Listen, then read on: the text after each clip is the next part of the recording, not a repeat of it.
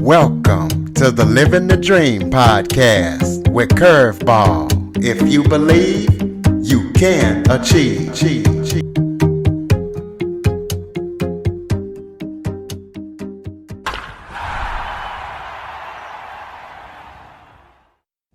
Welcome to the Living the Dream with Curveball podcast, a show where I interview guests that teach, motivate, and inspire. Today, we're going to talk about selling on Amazon, as I am joined by author and co-founder of Riverbend Consulting, Leslie Hensel. Leslie has been an Amazon seller for 10 years. She oversees the service department at Riverbend Consulting. Riverbend Consulting has around 85 employees, and what they do is help solve the problems of sellers on Amazon. So we're going to be talking to Leslie about the platform and all that she does and what they can help you with if you are a seller or thinking about becoming a seller. So Leslie, thank you so much for joining me today. Thanks, Curtis. I'm excited to be here. Why don't you start off by telling everybody a little bit about yourself? So I've been a seller on Amazon since 2010. And that's back when it was the wild, wild west selling on Amazon. And I actually am one of those classic mommypreneur stories that you hear. I started selling on Amazon because of my family. I had a background in management consulting, but one of my children was diagnosed with autism and a host of learning challenges. So my husband and I decided to homeschool him. And then it was, who's going to homeschool him? So I quit my consulting job and started homeschooling my kiddo, but we needed money for all of the therapy he was doing. So I started selling on Amazon, and my husband would work all day, come home and take over with the kids, and I would source inventory at night, and on the weekends we would ship it all to Amazon. So I really got a great education on how Amazon can help families. And now my kids in college, so I now have a consulting firm that we help Amazon sellers at all stages of growth. But we are still, as a family, hustling and have that Amazon side business. Okay, well, my son has autism too. He's high functioning. What do you guys actually sell on Amazon? We mostly sell health and personal care. So lots of beauty products, lotions, body sprays, those kinds of things. I like them because they are small and light, which keeps those fees down and the shipping costs down. Okay, well, tell us about Riverbend Consulting and everything that you guys do to help the Amazon sellers. So when you get to a certain size on Amazon, it can get a little more challenging as you go along. And sometimes Amazon has lots of rules, and sometimes sellers run afoul of those rules, don't understand the rules. So they can have an account suspended, they can have an individual item taken down that they can't sell. We help them to communicate with Amazon, appeal that, and get back up and running, keep their account healthy. We also help them with a real challenge for sellers who are like me. I ship all of my inventory to Amazon. They actually fulfill all of the orders for me. So I'm not shipping orders out, they're doing it for me. Sometimes they lose your inventory or don't receive it. And we help clients make sure that they're reimbursed for any of that lost inventory. Okay, and you also help with suspended accounts too, correct? Absolutely. So if your account gets suspended, you need a plan of action, or more importantly, you need an outside eye to figure out why you got suspended, to really understand how to fix your business and not have it happen again. That's where I come in. Okay, well, real quick off topic, because I know that this is real important to you. You serve with a company, and I don't want to butcher the name, but basically what they do is they do medical research for kids with cancer, and they help fund bone marrow matches. So kind of tell us about that and how you got into that and what's that all about. So I'm on the board of Hallie's Heroes. We're a nonprofit and we raise money for kids with cancer. So, like you said, Curtis, bone marrow matches are so important, especially for kids with leukemia and other blood cancers.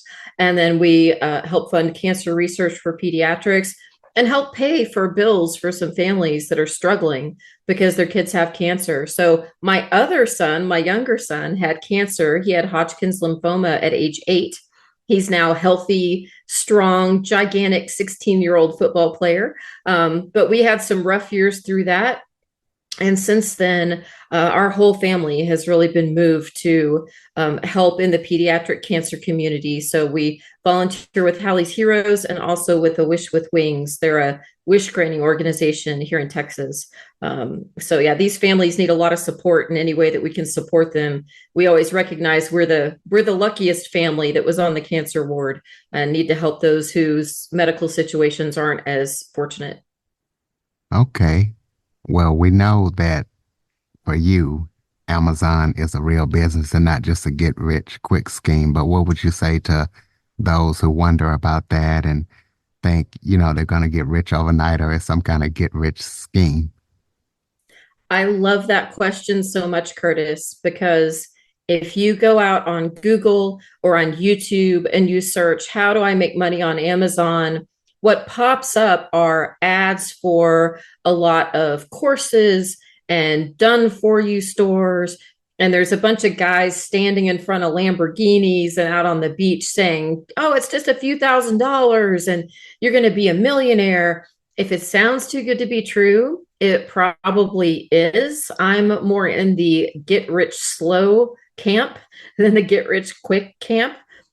You can absolutely still make money on Amazon, but you have to treat it more like an old school traditional business where you set up your books, you source good inventory, you look for relationships with people that you can resell their items. There are great ways to make money. Will it make you rich overnight? No, but I do know a lot of very wealthy people who gained their wealth from selling on Amazon over many years. So tell us about the new book that you just wrote, the Amazon Incubator. Tell us all about it and what listeners can expect if they read it and why you decided to write it and how they can get it. Thank you for asking that. So, my book is called The Amazon Incubator, Grow Your Business or Hatch a New One. I called it that because I believe Amazon is the best business incubator for small businesses in history.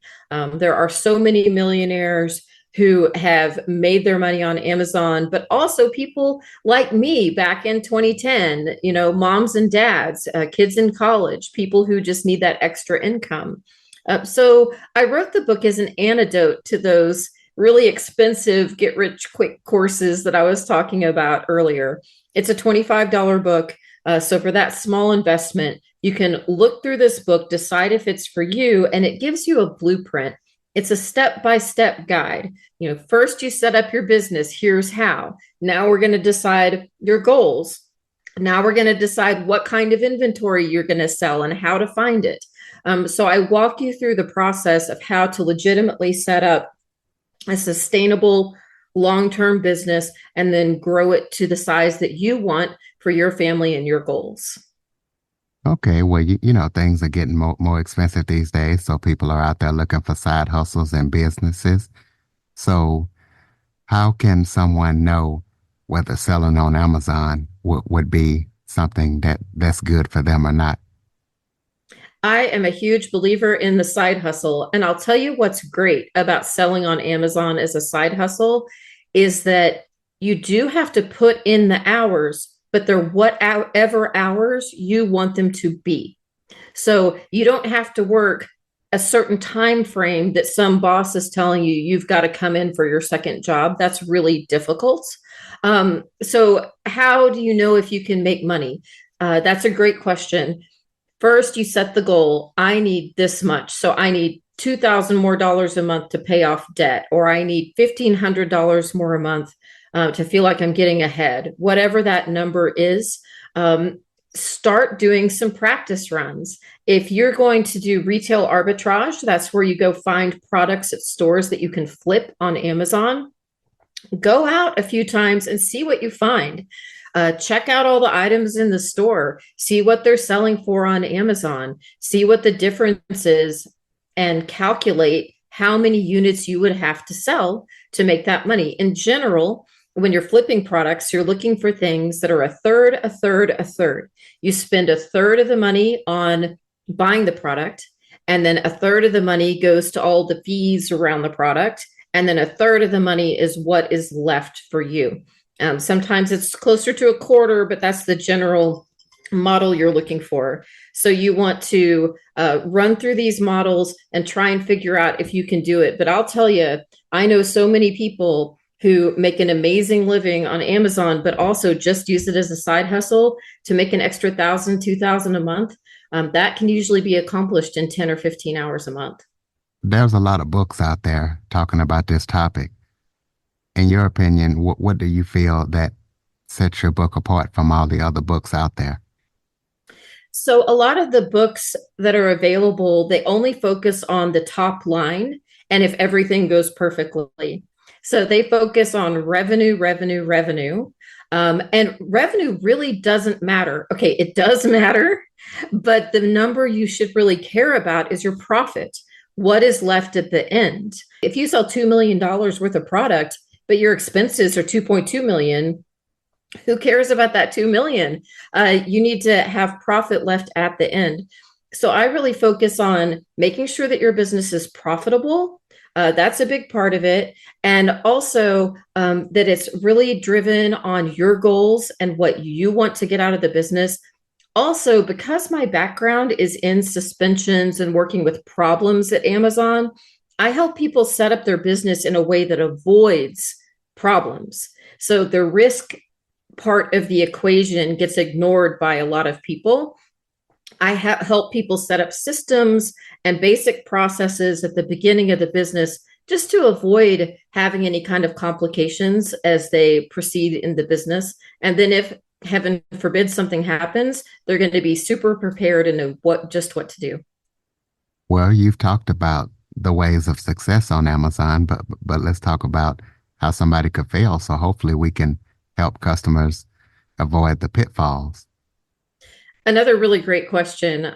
So for me, the number one problem is when folks don't know their numbers. So that means they haven't set up their accounting, set up their books, or even tracked their expenses from the beginning. It doesn't, same thing I was saying earlier about it doesn't matter how much revenue you have if you don't make money. You also have to put value on your time. Your time is important, and your time is what's making the money in this business. So you really need to track how much you're spending on product and how much you're spending on expenses, and then compare that to your revenue from very early on. That way you can figure out, gosh, the products that I'm sourcing really aren't making money. Or actually, these two made a lot more money than these two over here. I'm going to focus on the ones that made more money. So to me, the biggest risk is not understanding your expenses as you go and finding out at the end of the year you didn't make any money. Fortunately, it can be as simple as tracking the numbers on a Google spreadsheet, having an accountant work with you, or like I do, I kind of cheat, Curtis. I take the easy way out. I put all of my business expenses, including when I buy inventory, on my business account debit card. So it is really easy to see the money coming in and the money going out. That's pretty much the same way I do with my vending business. So speaking of success and failure, in your book, you talk about the blueprint for success. So elaborate for the listeners more on that. Sure. So, one challenge with any kind of new business, something that's new to you, is kind of or skipping important steps.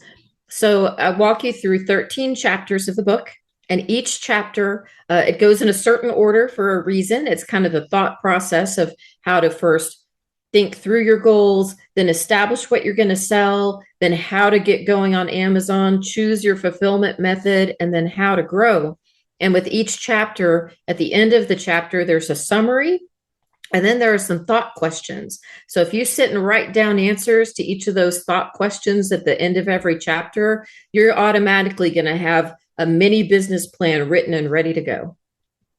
So give some best practice tips, things that sellers can do if they decide to get on Amazon to avoid enforcement from Amazon. So, number one is something very easy, but that a lot of sellers don't do. You need to have invoices and receipts for all the products you buy to sell on Amazon and have them readily available. The most common enforcement by Amazon is when a buyer says your product wasn't new or when they say that it might have been inauthentic. And the easy way to address that is you just show Amazon your receipts or invoices and say, hey, here it is. I can prove it's brand new. Here's where I bought it. It's legit. But we have a lot of clients who come to us who we ask for these documents, and they have to go on a treasure hunt through their email or through their office closet or wherever they kept these documents. So the number one is just to keep really good records of everything you purchase and all of your suppliers' information. So tell us about the hardest or weirdest Amazon suspension you've ever won or you've ever dealt with. Oh my goodness, I have a really weird one that's pretty shocking, actually. I had a client who sold in the sports and outdoors category, and he was drop shipping. So he was buying from a distributor that he would get the orders, and then the distributor would drop ship those orders to the buyers. He uploaded the entire catalog of goods from this sports and outdoors company, which sounds harmless until you flip through the catalog and you see it includes gun parts and hand grenades. So he listed hand grenades for sale on Amazon, which obviously not only violates Amazon policy, but it's illegal. And believe it or not, I sent one appeal letter to Amazon and got him reinstated. I was pretty shocked by that. But he learned a valuable lesson to vet every product before he tries to sell it. Absolutely. Definitely remember that, listeners. So tell us about black hats. What are black hats and what should Amazon sellers know about these black hats? So there are bad guys in every industry. And in Amazon land, we call them black hats. Just like in computer programming, people who are hackers are black hats, since so many of their tricks are done via technology. So black hats are folks who are competing with you and might use some nefarious methods to try and beat you on the platform. Where this really happens the most, though, is in a few categories. So people who develop their own products to sell on Amazon are more likely to be attacked by black hats. And in certain categories, such as supplements, there are a lot of supplement sellers out there, and it is a cutthroat business. And so a black hat tactic might be to try and put prohibited words in your listing. So you have you're selling a garlic supplement and they put the word cocaine in your listing. And so obviously Amazon takes it down because you can't sell cocaine. These things do happen. Fortunately, they are fixable. It just causes some disruption in the business for a while. Okay, well, tell us about any current or upcoming projects that you or Riverbend Consulting are working on that people need to be aware of. Oh, well, thank you for that great question. So we go to a lot of industry events. We're going to several industry events this year. And I would really encourage people who are interested in selling on Amazon. There are a lot of seller conferences out there, and they are all over the United States, all over the world too, but a lot in the United States. And so if you start searching, you might find one near you where you can meet other sellers and meet people like me who can really give you a really fast education at these events on how to sell. And the other thing that we're really focused on right now is helping sellers by getting them on some monthly programs that we're offering. So a lot of our clients don't have to worry about their accounts. We do the day-to-day work to make sure that they are healthy. We have a valet service that we're rolling out, and that's keeping us really busy right now. Okay, so listeners who are interested in Amazon selling can keep up with everything that you're up to or maybe connect with your company. Throw out your contact information. Great. So you can find Riverbend at riverbendconsulting.com, and you can find the book at the amazonincubator.com. And then if you have questions about the industry, you want to figure out if you really want to sell or not, or you're a seller with a challenge, please reach out to me. I'd love to hear from small businesses and entrepreneurs. So you can find me, Leslie Hensel, on all those social networks on LinkedIn, Facebook, Instagram, anywhere. So please ping me and I would love to chat. Close us out with some final thoughts. Maybe if there was something I forgot to talk about that you would like to touch on, or just any final thoughts you have for the listeners. So I know so many people out there, all of us are struggling with high prices right now, and it's easy to feel beaten down on finances. And I like to be a dealer in hope. And if Amazon's not your thing, I would just encourage everyone to figure out what their thing is. There are still ways to make money and have side hustles right now that can make your life and your family's life better. But if you're willing to give Amazon a shot, I would really encourage you to learn about it. There are so many great ways that you can make money on your own time and your own terms. So don't let all the bad news in the news cycle out there get you down.